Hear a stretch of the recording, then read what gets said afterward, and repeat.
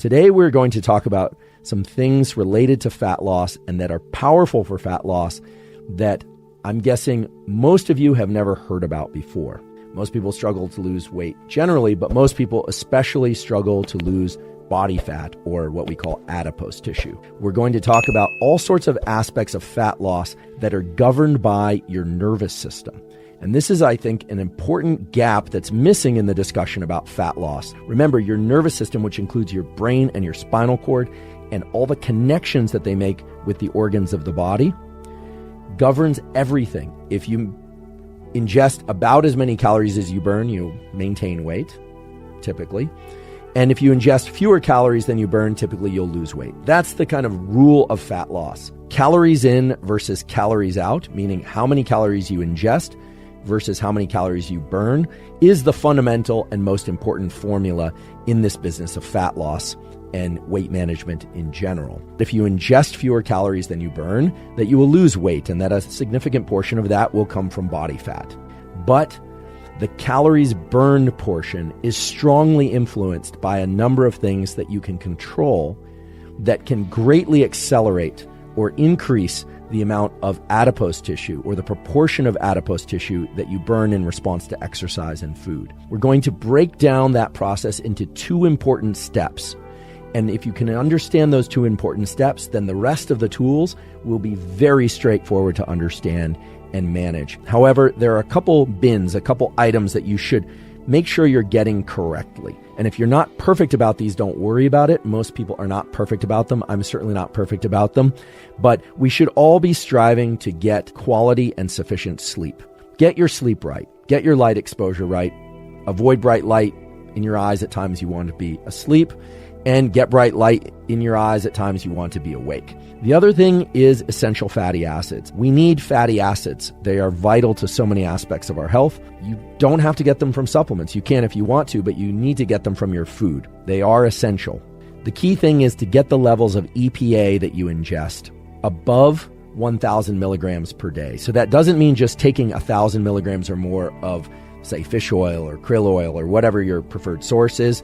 It means getting above 1,000 milligrams of EPA. But the research in the literature shows that you want to get above 1,000 milligrams of EPA per day, because that's when you can best support your metabolism and position yourself for good fat loss. And then finally, you can't really position yourself to have a strong metabolism if your iodine levels aren't correct and your thyroid levels aren't correct. You can overdo iodine, so you don't want to do that. Get your gut microbiome right. That does not necessarily mean you need to ingest probiotics. You can if you want to, but you can also just simply ingest a serving or two of fermented foods per day. So again, sleep, sufficient EPAs, glutamine if you have issues with leaky gut or sugar cravings can really help. How we think about a given set of activities affects how we perform those activities, and how we think and about and perform those activities has a real effect on our physiology. The burn factor, your thermogenic environment, is one of the, if not the most important factors in this business of fat loss. So let's talk about fat utilization. Let's talk about how fat is converted into energy, which is sometimes also called fat burning. There's two parts to this process. One is fat mobilization, and the second is fat oxidation or utilization. Stored fat has two parts that are relevant here. It's got the fatty acid part, and that's the part that your body can use, and that's attached to something called glycerol, and they're linked by a backbone. So if you just can remember, to mobilize fat, you got to break the backbone between glycerol and these fatty acids, okay? That's accomplished by an enzyme called lipase, but you can forget all that if you want. Remember, we're just trying to mobilize fat. And that second part, remember, first part is mobilization, the second part is oxidation, is then those fatty acids, those are potential fuel. They're just potential fuel, but you haven't burned the fat yet. You've just moved it out of your fat cells. They're going to go into cells that can use them for energy. So just to really zoom out again to make sure I don't lose anybody, you got to mobilize the fat, then you have to oxidize the fat. You have to, in other words, you have to mobilize it, then you actually have to convert it into energy. So you have two opportunities to burn more fat.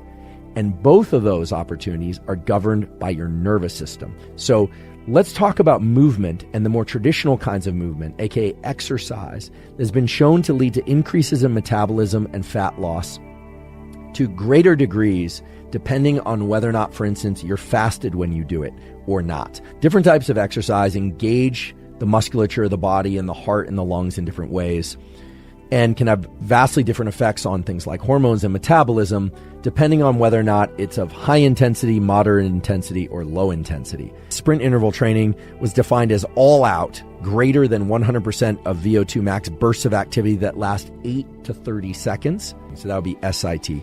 HIIT, HIIT,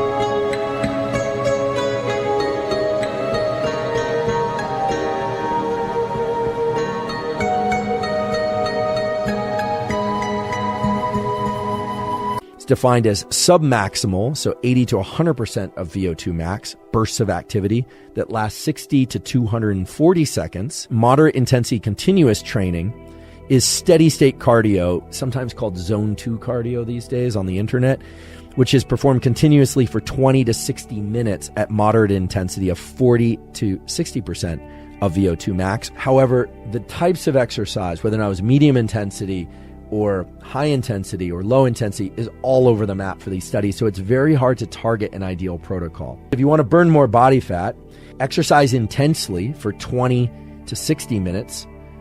The higher the intensity, obviously, the shorter that bout is going to be, and then move over into zone 2 cardio. High intensity burns more glycogen during the activity, more body fat afterwards. Moderate to low intensity burns more, percentage-wise, more body fat is oxidized than glycogen during the actual exercise. Afterward, it's more glycogen. Moderate and high intensity training followed by low intensity training, or even just followed by going back into life, is going to be the best way to continue to burn body fat because of the ways that it increases basal metabolic rate. So train moderately to intensely, to very high intensity, and then moderate to low intensity. Or train moderate to high intensity and then go about life. So now I want to turn our attention to compounds that increase epinephrine and adrenaline, as well as compounds that work outside the adrenaline epinephrine pathway to increase the rates of fat loss. There are things that people can ingest that will allow them to oxidize more fat. And that occurs mainly by increasing the amount of epinephrine that is released.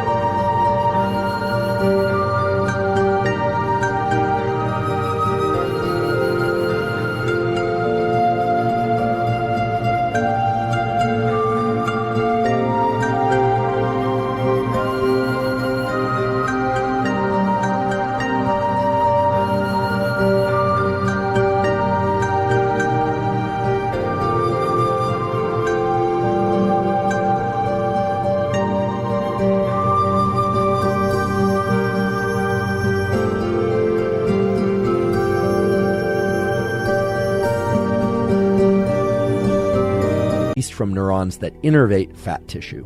It's well established that caffeine can enhance performance if you're caffeine adapted. There's this kind of interesting phenomenon where ingestion of caffeine serves more as a performance enhancer, both by increasing alertness, but also by way of dilating vasculature, of allowing more blood flow.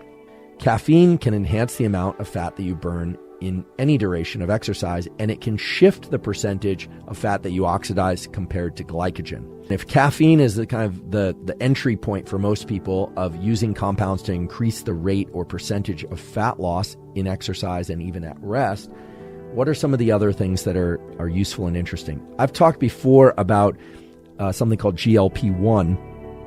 This is something that can be triggered by the ingestion of yerba mate, which is a tea. Mate increases GLP-1. GLP-1 is in the glucagon pathway. Glucagon facilitates that process through increases in GLP-1. The short takeaway is mate increases GLP-1 and, yes, increases the percentage of fat that you'll burn. It increases fat burning. So if you want to burn more fat, drinking mate before exercise is good. Semaglutide, but that's not the way you pronounce it, but semaglutide is the way that it's been described on the internet. In any case, this compound increases GLP-1. It's actually a GLP-1 analog in some cases, and they go by various types of trade names. I hope you found this conversation interesting, both for sake of understanding fat loss and how to lose fat more quickly and to lose more of it, if that's your goal, as well as simply to understand the biology of fat metabolism from a different perspective, from the perspective of the nervous system.